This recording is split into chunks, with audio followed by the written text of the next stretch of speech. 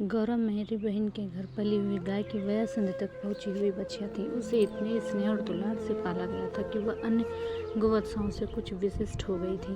बहन ने एक दिन कहा, तुम इतने पशु पक्षी पाला करती हो, एक गाय क्यों नहीं पाल लेती जिसका कुछ उपयोग हो। वास्तव में मेरी छोटी बहन श्यामा अपनी लौकिक बुद्धि में मुझसे बहुत बड़ी है और बचपन से ही उनकी कर्मनिष्ठा और व्यवहार कुशलता की बहुत प्रशंसा होती रही है, विशेषता मेरी तुलना में। यदि वे आत्मविश्वास के साथ कुछ कहती हैं तो उनका विचार संक्रामक रोग के समान सुनने वाले को तत्काल प्रभावित करता है। आश्चर्य नहीं, उस दिन उनके प्रतियोगितावाद संबंधी भाषण ने मुझे इतना अधिक प्रभावित किया कि तत्काल उस सुझाव का कार्यान्वयन आवश्यक हो गया। ऐसे खाद्य की किसी भी समस्या के समाधान के लिए पशु पक्षी पालना मुझे कभी नहीं रुचा। बकरी, कुक्कुट, मछली आदि पालने के मूल्य उद्देश्य का ध्यान आते ही मेरा मन विद्रोह करने लगता है। पर उस दिन मैंने ध्यानपूर्वक गौरा को देखा। पुष्ट लचीले पैर, भरे पुट्ठे, चिकनी भरी हुई पीठ, लंबी सुडौल गर्दन, निकलते हुए छोटे छोटे सींग, भीतर की लालिमा की झलक देते हुए कमल की दो अधकुली पंखुड़ियों जैसे कान, लंबी और अंतिम छोर पर काले सघन चामर का स्मरण दिलाने वाली पूंछ, सब कुछ सांचे में ढला हुआ सा था। गाय को मानो इटालियन मार्बल से तराश कर उस पर ओप दी गई हो। स्वस्थ पशु के रोमों की सफेदी में एक विशेष चमक होती है। गौरा की उज्ज्वलता देखकर ऐसा लगा मानो उसके रोमों पर अभ्रक का चूर्ण मल दिया गया हो, जिसके कारण जिधर आलोक पड़ता उधर विशेष चमक उत्पन्न हो जाती थी। गौरा को देखते ही मेरी गाय पालने के संबंध में दुविधा निश्चय में बदल गई। गाय जब मेरे बंगले पर पहुंची तब मेरे परिचितों और परिचारकों में श्रद्धा का ज्वार सा उमड़ आया। उसे लाल सफ़ेद गुलाबों की माला पहनाई गई, केसर रोली का बड़ा सा टीका लगाया गया, घी का चौमुखा दिया जलाकर आरती उतारी गई और उसे दही पेड़ा खिलाया गया। उसका नामकरण हुआ गौरांगनी या गौरा। पता नहीं इस पूजा अर्चना का उस पर क्या प्रभाव पड़ा, परंतु वह बहुत प्रसन्न जान पड़ी। उसकी बड़ी चमकीली और काली आंखों में जब आरती के दिए की लौ प्रतिफलित होकर झलमलाने लगी तब कई दियों का भ्रम होने लगा।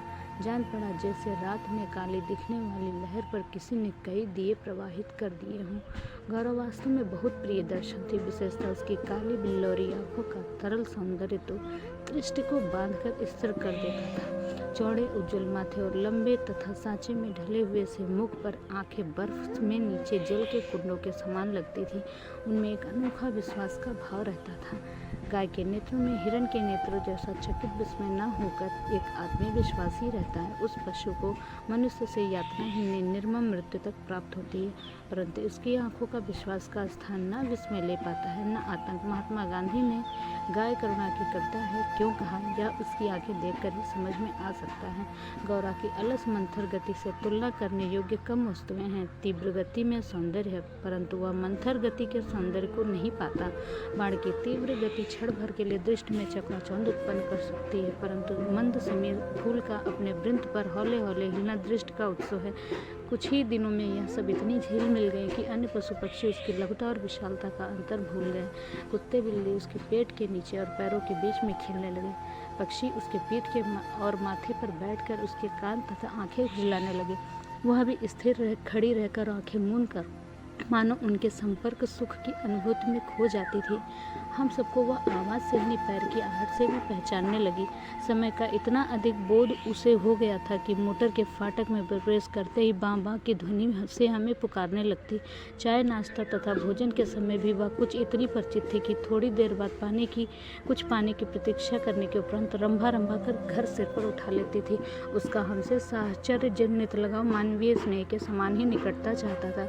निकट जाने पर वह सहलाने के लिए गर्दन बढ़ा देती, हाथ फेरने पर अपना मुख आश्वस्त भाव से कंधे पर आंखें मूंद लेती। जब उसे दूर जाने लगते तब गर्दन घुमा घुमा कर देखती रहती। आवश्यकता के लिए तो उसके पास एक ही ध्वनि थी, परंतु उल्लास, दुख, उदासीनता, आकुलता आदि की अनेक छाया छवियां उसकी बड़ी और काली आंखों में तैरा करती थी। 1 वर्ष के उपरांत गौरा एक पुष्ट सुंदर वत्स की माता बनी। वत्स अपने लाल रंग के कारण गेरू का पुतले जैसा जान पड़ता था। उसके माथे पर पान के आकार का श्वेत तिलक चारों पैरों में खुरों के ऊपर सफ़ेद वलय ऐसे लगते थे मानो गेरू की बनी वत्स मूर्ति को चांदी के आभूषणों से अलंकृत कर दिया गया हो। बछड़े का नाम रखा गया लालमणि, परंतु उसे सब लालू के संबोधन से पुकारने लगे।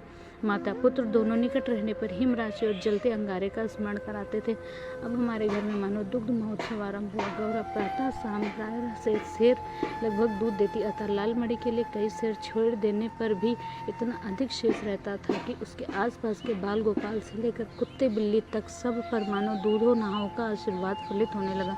कुत्ते बिल्लियों ने तो एक अद्भुत दृश्य उपस्थित कर दिया था। दुग्ध दोहन के समय वे सब गौरा के सामने एक पंक्ति में बैठ जाते और महादेव उनके आगे उनके खाने के लिए निश्चित बर्तन रख देता। किसी विशेष आयोजन पर आमंत्रित अतिथियों के समान वे परम शिष्टता को परिचय देते हुए प्रतीक्षा करते रहते। फिर नाप नाप कर सबके पात्रों में दूध डाल दिया जाता, जिसे पीने के उपरांत वे एक बार फिर अपने स्वर में कृतज्ञता ज्ञापन सा करते हुए गौरा के चारों ओर उछलने लगते। जब तक वे चले न जाते गौरा प्रसन्न दृष्टि से उन्हें देखती रहती। जिस दिन उनके आने में विलम्ब होता वह रंभा रंभा कर मानो उन्हें पुकारने लगती, पर अब दुग्ध दोहन की समस्या कोई समाधान चाहती थी। नौकरों में नागरिक तो दूहना जानते ही नहीं थे और जो गांव से आए थे वे अनभ्यास के कारण यह कार्य इतना भूल चुके थे कि घंटों लगा देते थे। गौरा के दूध देने के पूर्व जो ग्वाला हमारे यहाँ दूध देता था, जब उसने इस कार्य के लिए अपनी नियुक्ति के विषय में आग्रह किया तब हमने अपनी समस्या का समाधान पा लिया। 2-3 मास के उपरांत गौरा ने दाना चारा खाना बहुत कम कर दिया और वह उत्तरोत्तर दुर्बल और शिथिल रहने लगी।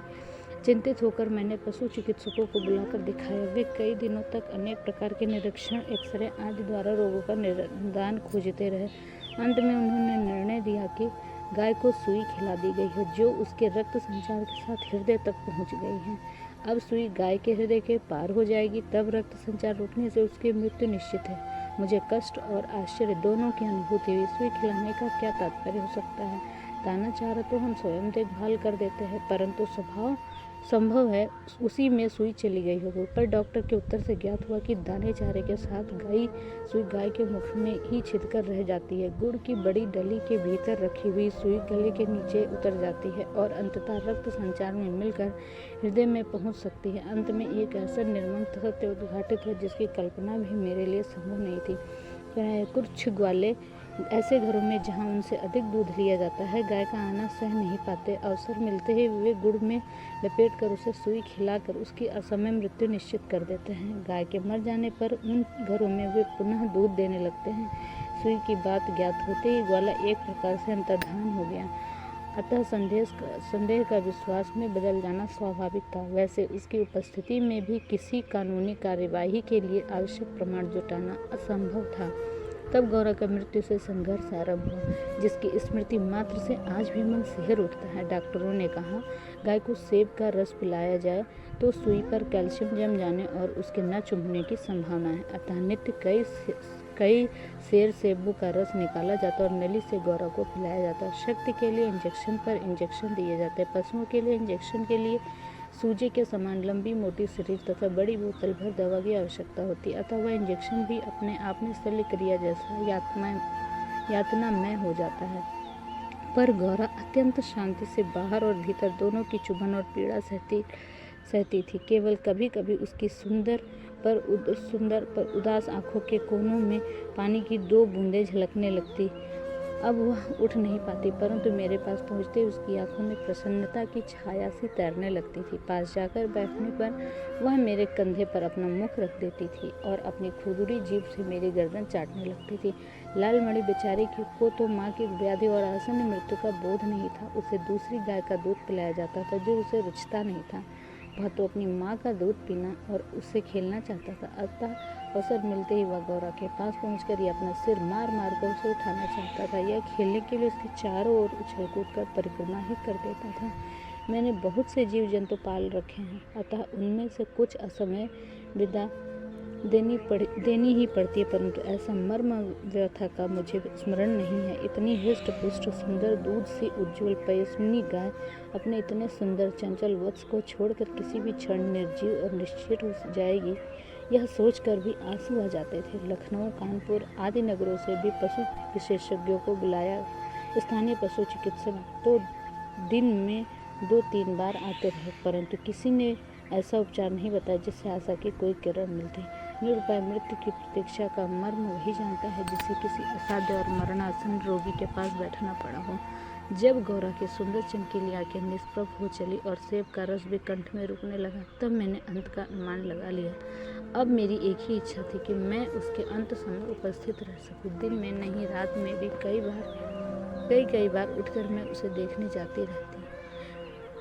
अंत में एक दिन ब्रह्म मुहूर्त में 4 बजे जब मैं गौरा को देखने गई, तब जैसे ही उसने अपना मुख सदा के समान मेरे कंधे पर रखा, वैसे ही वह एकदम पत्थर जैसा भारी हो गया और मेरी बाँह से सरक कर धरती पर आ गया। कदाचित सुई ने हृदय को बेध कर बंद कर दिया। अपने पालित जीव जंतुओं के पार्थिव अवशेष मैं गंगा को समर्पित करती रही हूँ। गौरांगनी को ले जाते समय मानो करुणा का समुद्र उमड़ आया, परंतु लीलामणि इसे भी खेल समझ उछलता कूदता रहा। यदि दीर्घ निश्वास का शब्दों में अनुवाद हो सकता तो उसकी प्रतिध्वनि कहेगी, आह मेरा गोपालक देश।